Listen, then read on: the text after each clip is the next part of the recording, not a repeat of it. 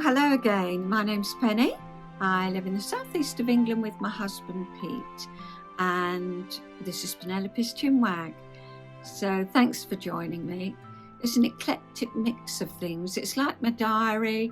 I'm reading my story from when I was born. I've got up to when I'm 10, 11 at the minute, so I'll read you a part of that. I bake a cake. My daughter's gluten free, and so far I haven't really made a truly successful cake, but I have this week. In fact, I've made it twice, and Pete and I have eaten it, but all of it. Oh no, tell a lie, there is some in the freezer. Yeah, I like to slice it up and put it in the freezer, and then he has a slice every day for after dinner or whatever. Anyway, very successful. So I think I've cracked that. So I'll read you a bit of my story. There's a little film at the end. I'll talk to you about that. And yeah, cake. So what I'm going to do now is show you what's on my crafting table. And I said I'd record and show you how I knit my socks. And I have done that. And I'm looking at it here. I'm just about to turn the heel. I've done the heel flap. I'm just about to turn the heel, and I will film that. So I've filmed it from the beginning. So that will be coming up, separate video. I'll start with the jumper I'm knitting myself. It's coming along nicely. I don't know if I like it. I think we're often like that with things we knit. Until it's knitted and it's put on, how do I know I'm going to like it? It's not like going in a shop and trying it on, is it? Anyway, this is as far as I've got. That's the back. Shall I show you the back? Because it's quite a good light, isn't it? That's the back. And you've got this nice detail going round. You sort of put your wool across and then come up under and catch it. Then twisted rib, needle in the back of the knit stitch. And now, and the sleeves of that. Can you see? It's quite unusual. That's going to go right the way down the sleeve. You wrap the wool round twice. I had this in my stash. I've knitted it up in pink for my daughter and green for myself. So I know I like the wool, but I wanted to make it into like a double knit. So I've put this with it. Here we are. It is Fairy Bouquet. Yeah. Let's see. Here we go. Fairy Bouquet, designed by Joanna Ang.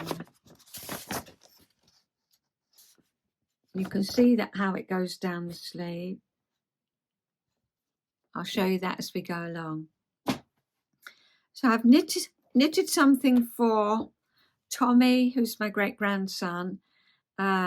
He's going to have a little cousin, and I don't know them, but I wanted to knit something for the baby, and the baby's due in April.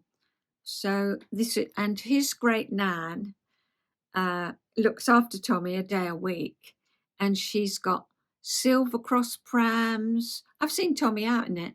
I mean, he's 3 now. He still goes out in the silver cross pram. He loves it. It's a great big one. And she just loves all his hand knitted jumpers that I knit for him. So I thought she might like this. We know it's a girl. The back's nice. It's not actually pleated. It's full. So where it's been laying down, a sweet little collar and 3 buttons. So I knitted that this week. It knitted up fairly quickly. Now, I've decided to make 2 quilts for presents. I won't say who they're for. Well, I'll say who this one's for, but I won't say who that one's for. I'll tell you at the end when I've done it. But I thought, as I do it, I'll show you. And usually, well, for this one, I've chosen the fabric. It is from a range, but I've put a couple of other bits in it too. But for this one, I bought a kit. And sometimes when you want something specific, I'm not usually a kit person, but then I haven't got a shop near me where I can, where I can go and choose the fabric and indulge myself really. And so I have to buy it online. And yeah, I wanted this specific thing. And if I don't quite know what I'm doing, I could buy too much or too little. So I thought just buy the kit because I knew what I wanted. I went to visit my granddaughter, Georgina, with the two children, Mila and George. And honestly, she had every quilt out I've ever made of her baby quilts. They're just, she loves the quilts that I make. And so if they're treasured, you don't mind making another one, do you? And her wall in her kitchen has got William Morris on it. She likes William Morris. And so I bought a William Morris kit. It's called Tranquility and I haven't opened it. It came this morning. Tranquility. I'll get it out.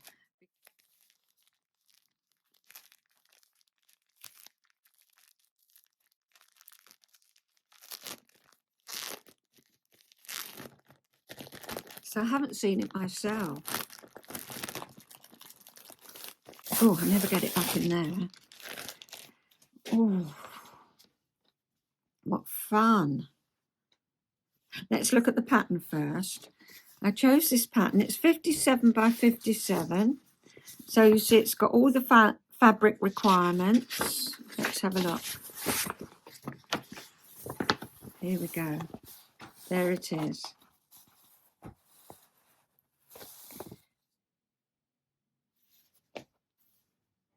Here's the yellow.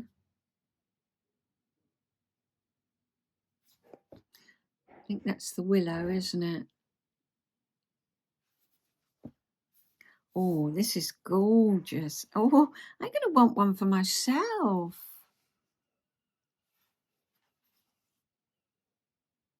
I expect there'll be little bits over and I'll be able to make something up. This is lovely.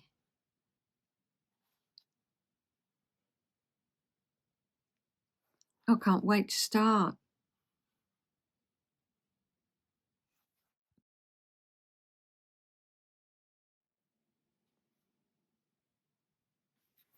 You see, I've just got a little bit of this. That's all I need.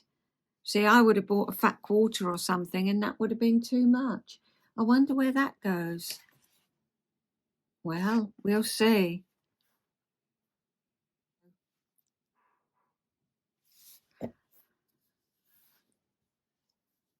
I think this is yes, this is the edging. Isn't that beautiful? So there we are. That's my Tranquility quilt. 57 by 57. I thought that was a nice size. You can see that edging there. It's not very clear on the picture, but it's beautiful. And the other one I designed myself. My daughter Nicola saw the blue one I just finished. Do you remember with the panels? And I saw a panel. I bought the panel. Let me show you. Start at the top. So we've got a hedgehog, some birds, deer. What's that one? Fox. And if I turn it, or if I hold it here, look, swans, and a hare or a rabbit, squirrels, and birds. I don't know what I'm going to do yet. Don't know. But I bought some fabric to go with, and I probably have bought far too much. But that's all right because I can use it for other things. I've got something else in mind that I want to do. And so I bought part of that Foxwood range was hares in lots of different colours.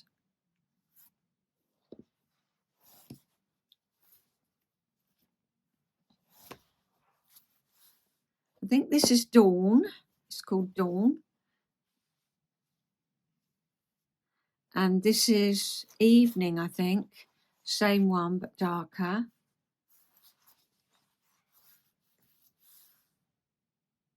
And then, oh, I bought it in the green. And then I bought these others just to go with. And I teamed it up with this because my daughter showed me who we're making it for, who I'm making it for, their wallpaper. And these colours reminded me of that wallpaper. And I thought, let me just get it so you can see it. I don't know what design I'm going to do. I haven't got a clue. Not un clue. There we go. See, they all go, and I think this one lifts it all, and then you've got the panels. Oh, we'll see. I can't hold it up anymore. Now, I don't usually talk about books because books for me are, they're so personal. You know, they're so personal. And if I don't like a book, I can't carry on reading it. And books for me need to be, novels, they need to be, something special. And I found one this week. My son-in-law recommended it to me. I don't know if you're familiar with it, are you? Leonard and Hungry Paul. We don't ever find out why he's called Hungry Paul. Why are people called what they're called? Who knows? Perhaps he was always hungry when he was a little boy. I don't know. But it's the most gorgeous story. It's Leonard and Hungry Paul are two quiet friends who see the world differently. They use humour, board games, and silence to steer their way through the maelstrom that is the 21st century. It's about mum and dad. They've got two children. Hungry Paul, who's in his 30s, very happily living at home, and his sister, Grace, who's going to get married and does get married by the end of the book, and her husband to be Andrew, and Leonard. He lives with his mum. He's in his early 30s too. And right at the beginning of the book, his mum does die. And that leaves him on his own, but he's still very content. They're just friends. They all get on so well. And that's the joy of it. That it's just a happy book. And what is special for me is the words that he uses, the way he writes it. And it's his first novel, which is amazing. He's a musician, Ronan Hessian, comes from Dublin, where my family are living at the minute. Well, yeah, that's where they come from, isn't it? Well, my brother went and lived there many, many years ago. So familiar with Dublin, but he's from Dublin, is it Ronan? And he's a musician. And he said he felt pregnant with Leonard, and he got a new diary. I was listening on YouTube. It got a new diary, and he thought every day he's going to write a little bit about Leonard. And he said he did that for a couple of days and then thought, blow it, I need to write this novel. And he wrote it, and it's absolutely charming. Grace and Hungry Paul and Mum and Dad are out for an Italian meal. And Grace says, Mum, how come what's made your marriage so happy? And Peter, her dad, puts a twinkle in his eye. And Grace says, Dad, I'm serious. Mum, tell me, what's made your married life so happy? And so she says, well, if you only want serious answers, began Helen, I think you have to put your relationship first. I mean, really first, not just say that it's number one in Valentine cards and things like that. I mean, you even have to put it ahead of your kids. Otherwise, you get sucked into being a parent and forget to prioritize your husband or wife. And before you know it, you find yourself in the worst situation of all, married with children. but deeply lonely.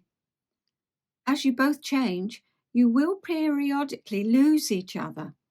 You need to find each other again. And here's the trick: instead of trying to rekindle what you had, you need to reinvent yourselves and your relationship. You have to keep starting new relationships with the same person.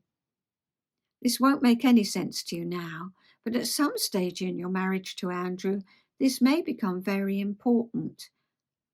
Helen explained all this carefully, like someone who'd learned it the hard way. Thanks, Mum.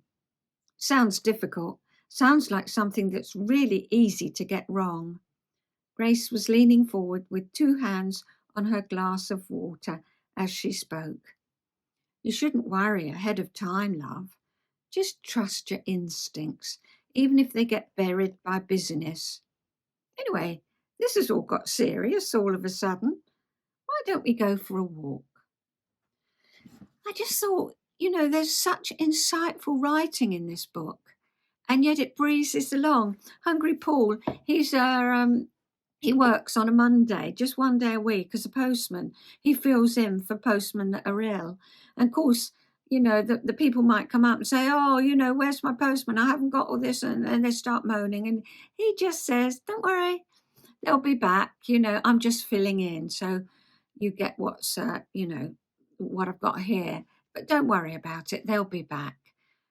And that's just the way it's written, in this lovely, calm way. So if you fancy a good book, and this sounds like your cup of tea, it might not be.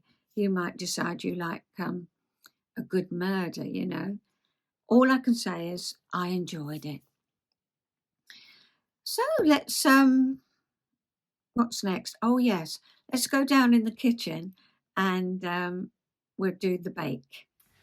I'm going to make a gluten-free lemon drizzle cake, and I made one before and it wasn't very successful. It's too dry, and I've been doing a little bit of research, and they say that you need plenty of, plenty of, well, not just liquid, but moisture in the cake. And the flour that you use that's gluten-free doesn't give you that moisture. So this recipe said use some ground almonds as well. And well, I made it. My daughter, it's her favourite, and she just cannot even cheat on gluten at all. And she loved it. Right, so this is the gluten-free flour. This is eggs. They say 3 eggs, but honestly, I had chickens and my eggs weren't that size, so I put 4 in. And these are supposed to be large eggs, so I use 4.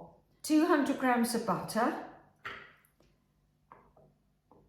200 grams of caster sugar. I'll tell you about the baking powder in a minute. That's gluten-free baking powder. 50 grams of the ground almonds. And this is the flour I used, free, plain. I couldn't get the self-raising, and so I'll tell you about the baking powder in a minute. And then what you put on the top is the lemon juice and the sugar, and also I've got the zest of the lemon. I'm going to do it by hand, and what I'm going to put in here is 200 grams of the sugar in the bowl. Fair dues. The butter. Now this has got to be soft. I think sometimes in my haste, I don't let it get soft enough. And this isn't really soft enough. Look, you can see. But I put it in the micro for 10 seconds and look, it is soft. It's soft. That's okay. So I've cut that in cubes. And how much is there? 200 grams. 200 grams of butter. So that's going in with the sugar. 200 grams of sugar, 200 grams of butter. Is that right? 2 of sugar and 2 of butter. Now it does say you can use golden caster sugar. I've got the white here, so that's what I'm using. I'm very much what I've got I'll use, right? Okay. Sugar, butter, eggs. So it says pop the eggs in. So as I've said, I've got 4, but it does say 3 large. But well, they probably don't look too bad on camera, but I mean the size of those yolks are quite small. So that's going in. So 3 large eggs, or use your discernment. Okay. Now 200 grams of gluten-free flour. 200 grams of gluten-free flour. Now, I've got the plain flour. If you get the self-raising, that's fine. But for here it says, can be mixed with plain flour as an alternative to self-raising. Use 2 level teaspoons of baking powder. So that's what I've done.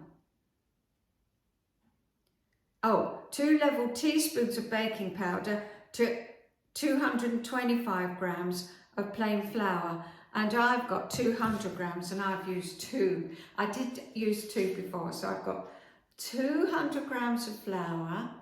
Well, you know, the free. I've put in 2 teaspoons of the gluten-free baking powder. And it also says put in half a teaspoon of baking powder. That was if you were using the self-raising. So I've got 2.5 teaspoons of baking powder in here along with the flour. And it says tip that in. So I've tipped that in. It says the almonds. Here's my 50 grams of almonds. That's in. And then it says my lemon zest. So there's 2 lemons there, 2 lemon zest. I do it quite finely, but you'll know how you do yours. All I've got left on the side is the juice of the 2 lemons and 100 grams of sugar. And we're going to mix that together and put it on the top. So that's out ready to do. And I've got a loaf tin and I buttered it and then put, you know, grease proof on the top. So here I am. I've got my bowl all full up and I'm going to mix that together. Let's see what that butter's like. Now it's nice and soft. That's no problem. And so it could have been a little bit softer, but in this way, I don't know, we're nice and warm indoors, but I'm going to see what happens.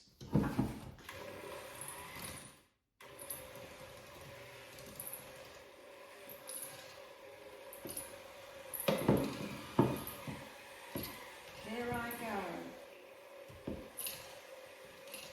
Just start off slowly.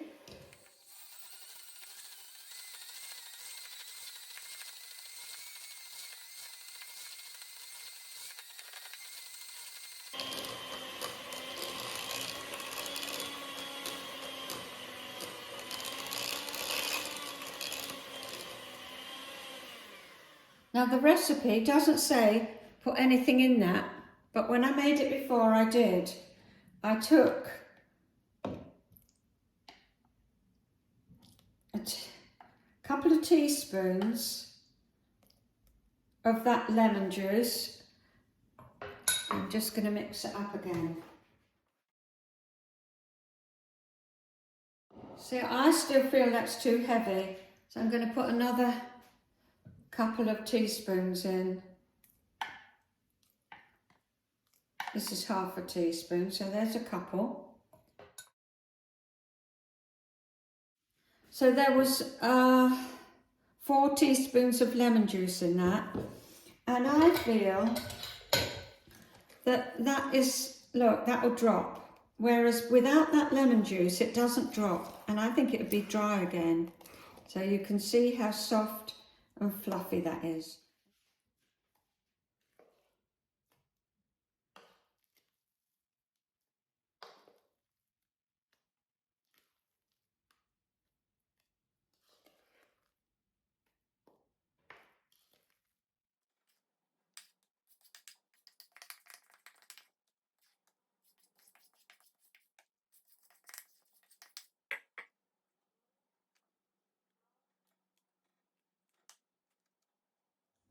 It's lemony.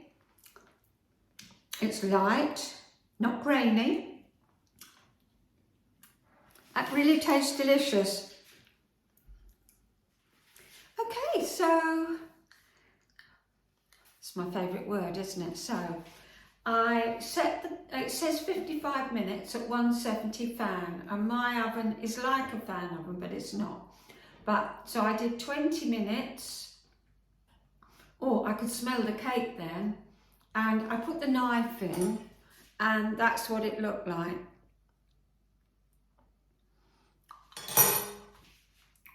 Got a mint.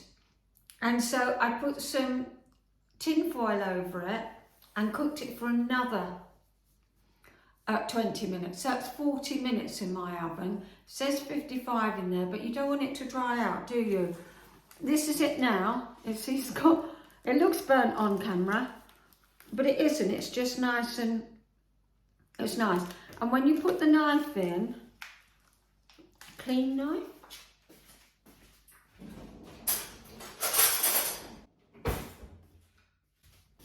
When I put the knife in, it goes in nicely. Oh look, that just slips in, and when it comes out, it's clean. It says make 60 holes. So I suppose that's a goodly amount, isn't it? 60. I'm not going to count. I'm just going to do a nice lot of holes.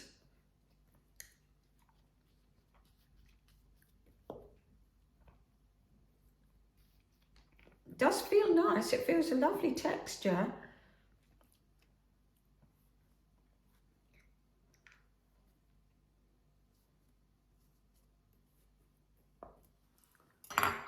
I put the sugar in the dish.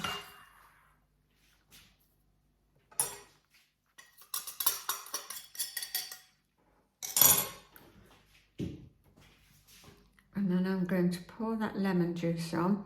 Now that was the juice of 2 lemons, but I took 4 teaspoons out. Do you remember?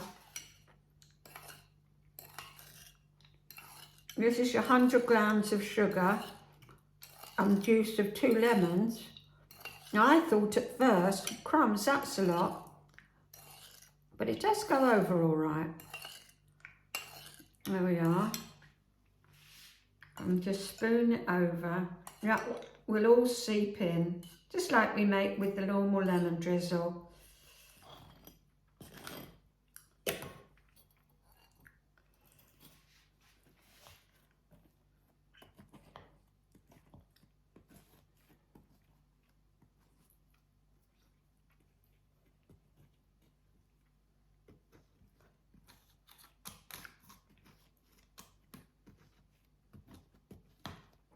So that will make it nice and moist and lemony. That's all going in. Give it a minute. Don't panic. Let's see what this is like. And make it... There we are. It comes out easily.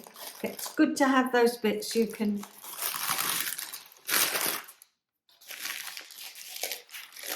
Oh, wow, that feels really soft. Feels gorgeous. Looks very nice, doesn't it? I'll cut it. Let's see, it's the taste testing time. You can have the end. Look, soft as anything. Not dry at all.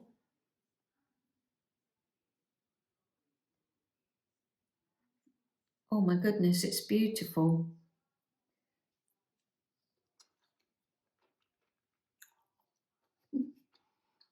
That is gorgeous. You'd never know that was gluten free. It's not dry, it's moist, it's lemony.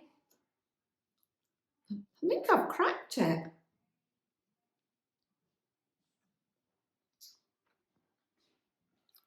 Try this. I'm coming. Oh, he's coming.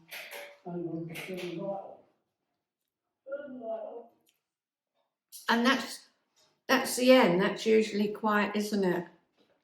Oh, it's lovely. To prove it. Try it. Try it. There we go.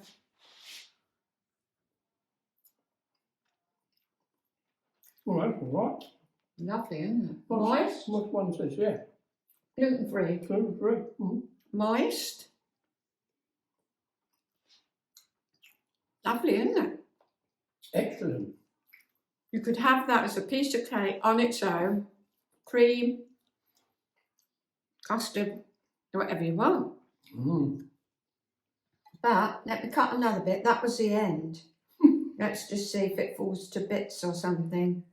There we are. It's another slice. There it is. Look at that. Look at the texture of that.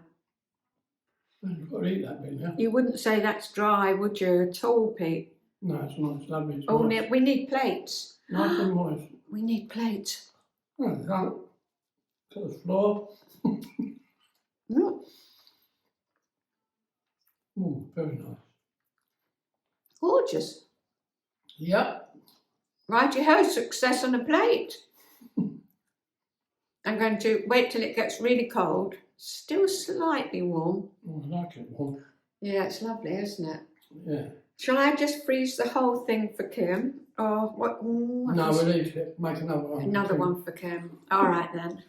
Why is it delicious? We've put a nice lot of lemon in. It's only 2 small lemons. Yeah, but lovely lemons then. Wow. Take 2 the top small now. lemons, yeah. No.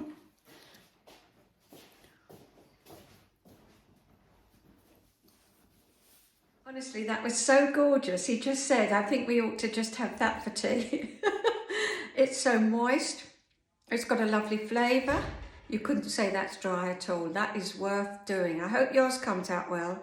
I cooked it for 20 minutes on 170 and then covered it with the tin foil and cooked for another 20 minutes. But it's very hard to say about ovens, isn't it? I'm just going to swap you round so you can see Pete going down the garden. It's looking so wintry out there, isn't it? But it's not blowing 56 miles an hour and raining.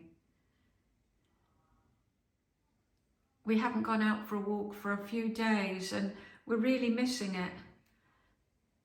So just walking down the garden is good.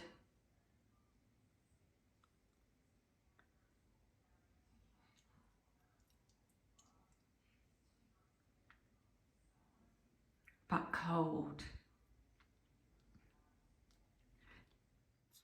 Yeah, so do give it a go if that's what you fancy. And I did put in my next cake sultanas, and you know what? I thought that was even better. Such a beautiful flavour, not dry. Honestly, it was just lovely. But the sultanas go in beautifully. So I'll read you a little bit of my book now, and I hope you enjoy that. So I'm carrying on with my story. If you remember, I've moved from Tottenham to Southgate, and yes, it was such a big change for me, but one that I loved, absolutely loved. My school friends were left behind, and we hardly ever visited Tottenham again. One day, not long after we'd moved in, Mum called me and said someone was coming to play after lunch. A girl appeared, and we tentatively started to converse. I remember playing out in our lovely front garden. It was a rock garden of sorts, with York stone and small tufts of grass with pink flowers sprouting from the clumps, which is called thrift. It wasn't a big garden, in fact it was very small, but I'd never had a front garden before, and just the fact that I could go out and play in this small piece of garden, I just loved it. I think I've said I always love being outside. Anyway, her name, this girl's name, was Elizabeth Johnston, Dizzy for short, as her little sister Kathy couldn't pronounce Elizabeth when she was young. And Dizzy, or Diz, had stuck. Her dad had died that week, and so she'd come to play with me. She lived at number 80, which was a few doors up on the other side. There weren't many children living in the street, and Diz was the only one I got to know, out of the whole time I lived there. I just don't know any other children that lived in the street.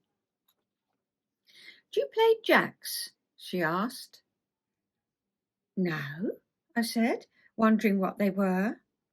She produced from her pocket a small white linen pouch and pulled open the string.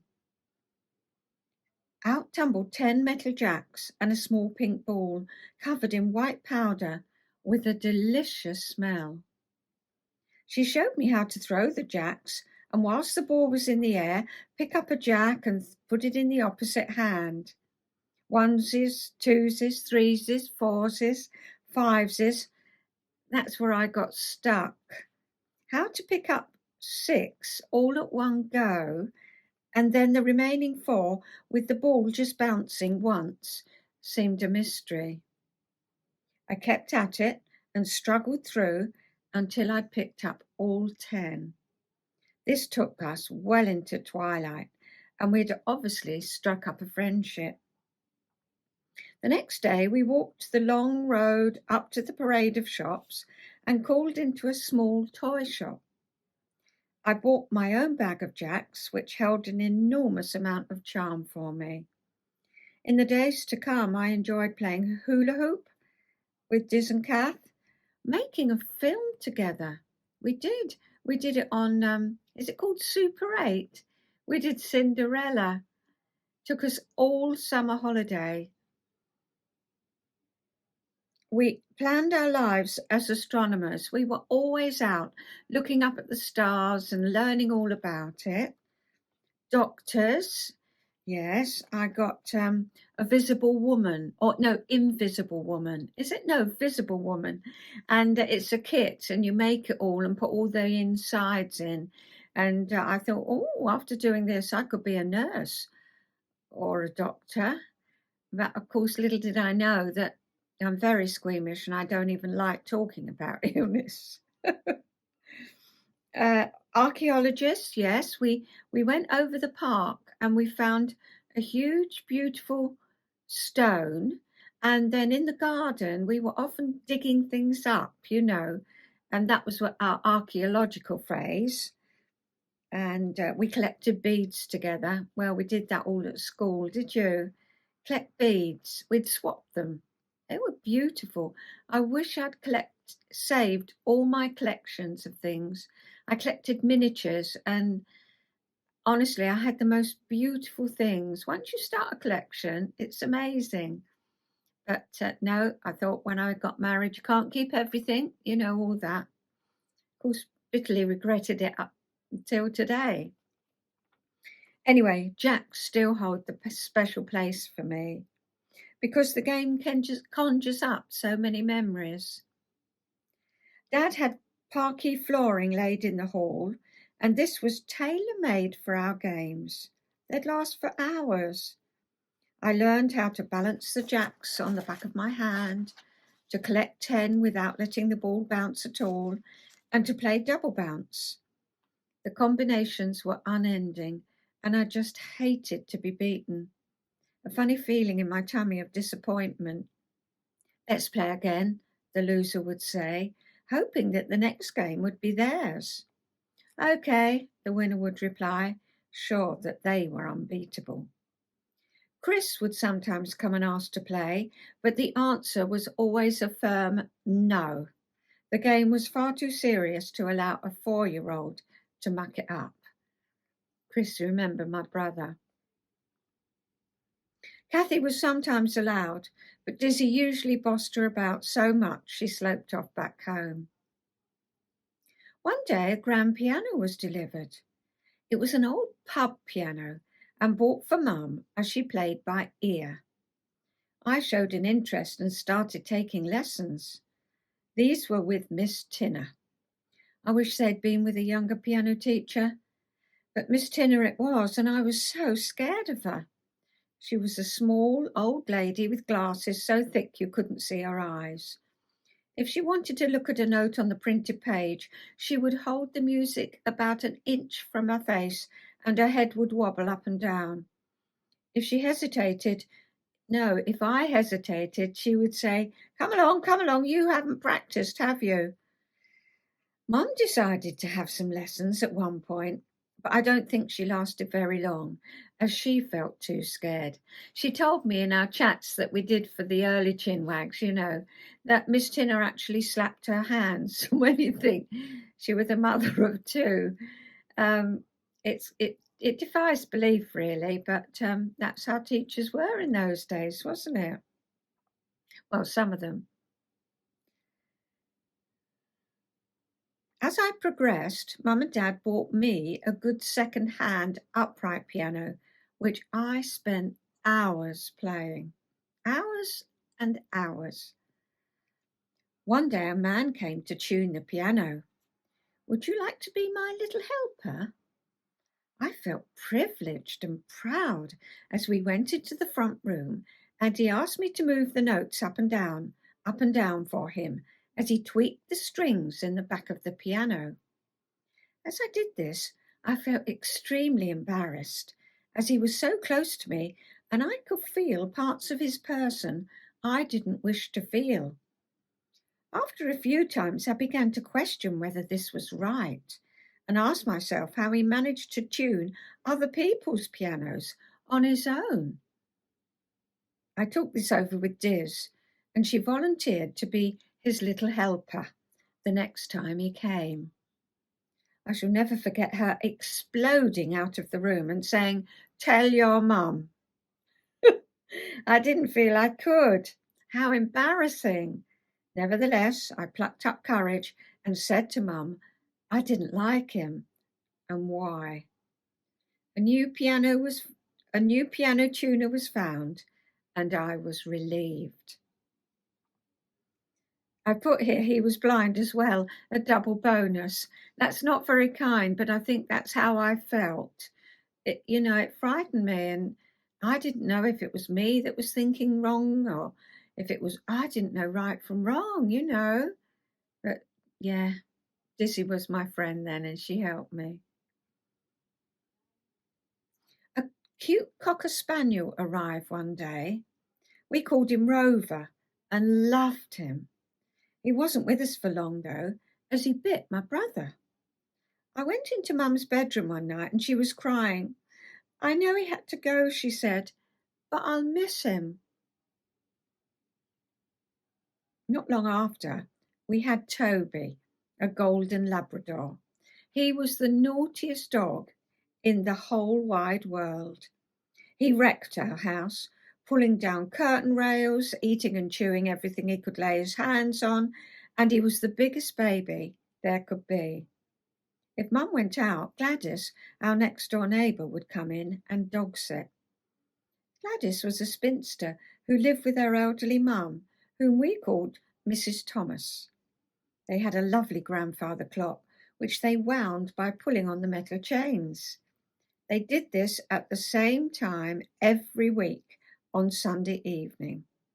It was reassuring hearing them through the front room wall. They were a nice couple of old ladies, but did moan when Sooty caught birds in their garden. After they died, a solicitor told Mum that they'd left her the grandfather clock, which I now have, and £1,000.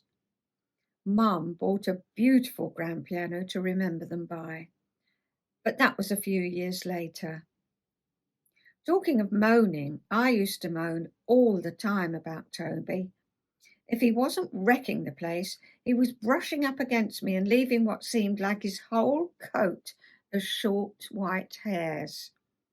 He molted all year round, and consequently I never wore black or dark colours because it was impossible to stay dog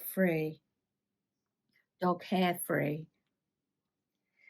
Anyway, after the summer holidays of playing jacks, exploring the local parks, making friends with Diz, and generally settling down in Southgate, I started my new school. I'd sat for the entrance exam when we knew we were going to move, and I think there were about 10 of us vying for 4 places. I didn't find the exam difficult or hard. I just did it and thought I'd get in. However, my marks weren't good enough to be accepted until someone backed out. So I suppose I was 5th, wasn't I? And when a letter unexpectedly was received saying I could start in September, I was excited. It felt a bit daunting, but Diz and Kate had been at the school from tiny, and they promised to show me the ropes. As it happened, Auntie Phyllis, Diz's mum, couldn't afford the fees now that her husband Bob had died, and so Diz was only with me for 1 term. However, I'd made friends of my own by then and was all right.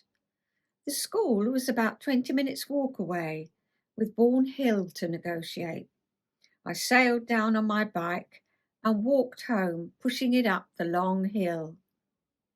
Farmers Green High School wasn't a big school.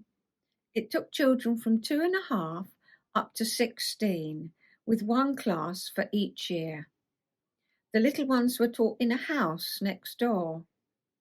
The famous actress Margaret Rutherford had attended the school, and Stevie Smith, the poet, lived a few doors down the road.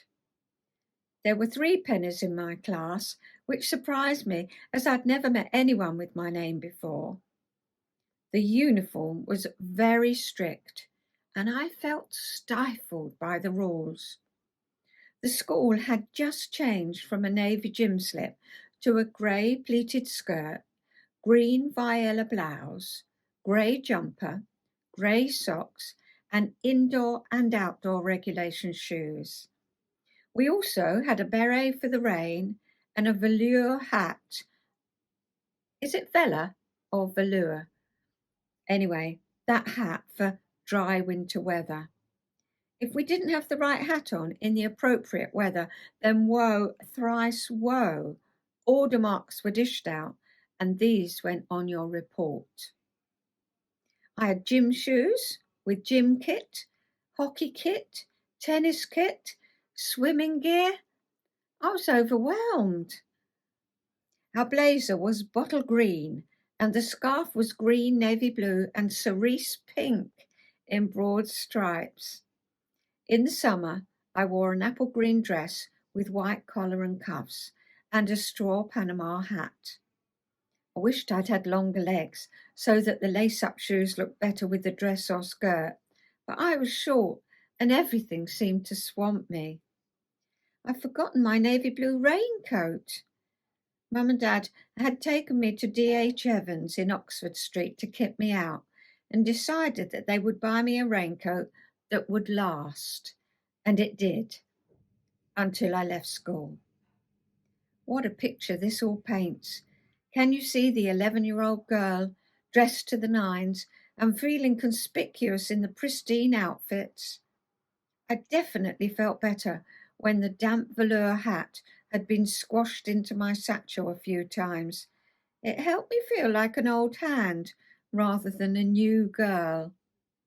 I grew to love the Panama when it was hanging down my back, swinging from its elastic, and a few small holes appeared in the straw.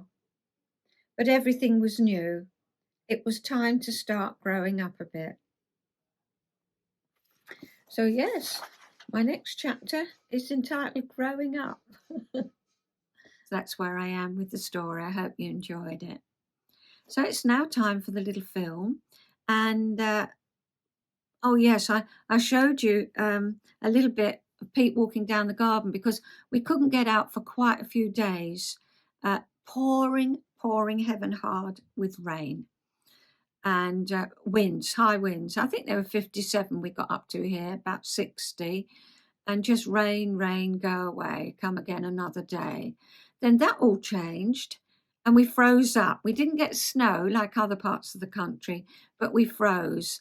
And the pond was frozen. And of course, all the squirrels were wanting food and the birds. And I looked out my window one day, just after the rain, actually. It was before the frost came.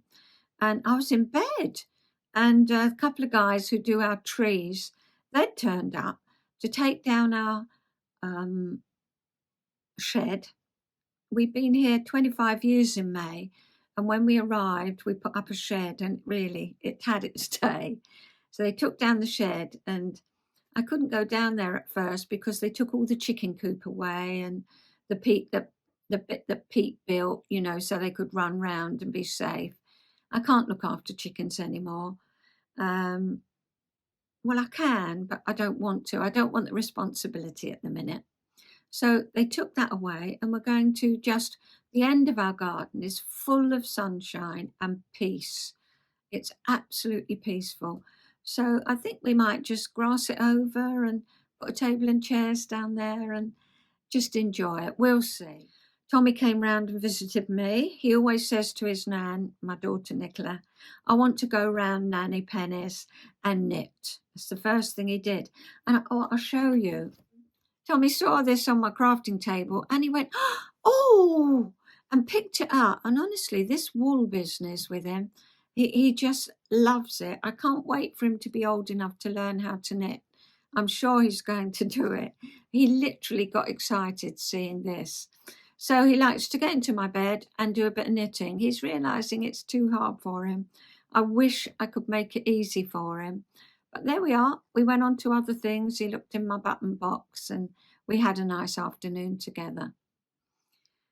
And I just filmed the squirrels. I know some of you said you like to see the squirrels. So that's my little film for the last 2 weeks.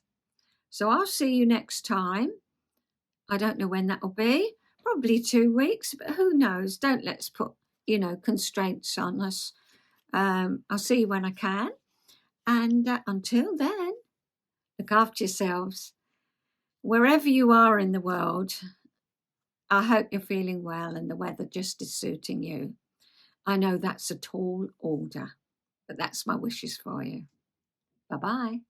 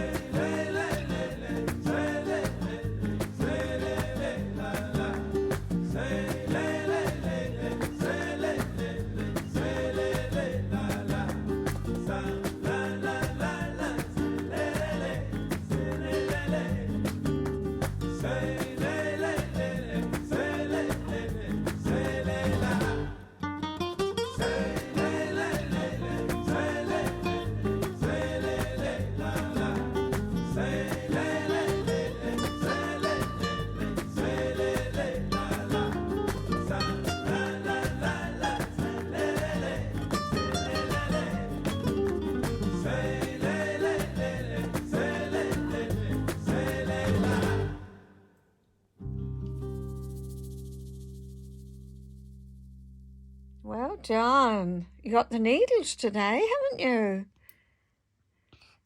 It's tricky, isn't it? Yeah. I think you need to be maybe 4. You're only 3 last week. Oh, it can't work. And now it can't work. How do you like to do it then? Better. I need to do it better. You do? Yes. I love you. I love you. Don't take your phone while I'm doing this.